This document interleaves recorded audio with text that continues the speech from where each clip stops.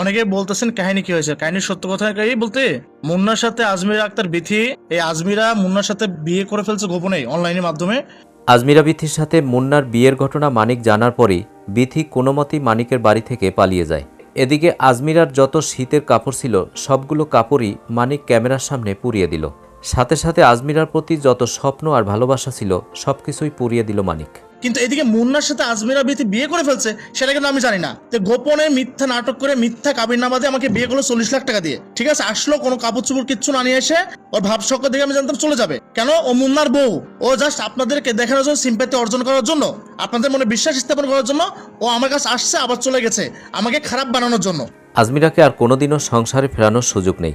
এখন পুরো জাতি অপেক্ষা আছে আজমিরা ও মুন্নার 17 মিনিটের সেই ভিডিওটি দেখার জন্য। দর্শক, আমাদের চ্যানেলটি সাবস্ক্রাইব করে রাখুন, আমরা ভিডিওটি পাওয়া মাত্রই আপনাদেরকে দেখার ব্যবস্থা করে দিব। দর্শক, কেমন লাগলো আজকের আপডেট পেয়ে অবশ্যই কমেন্ট করে জানিয়ে দিন।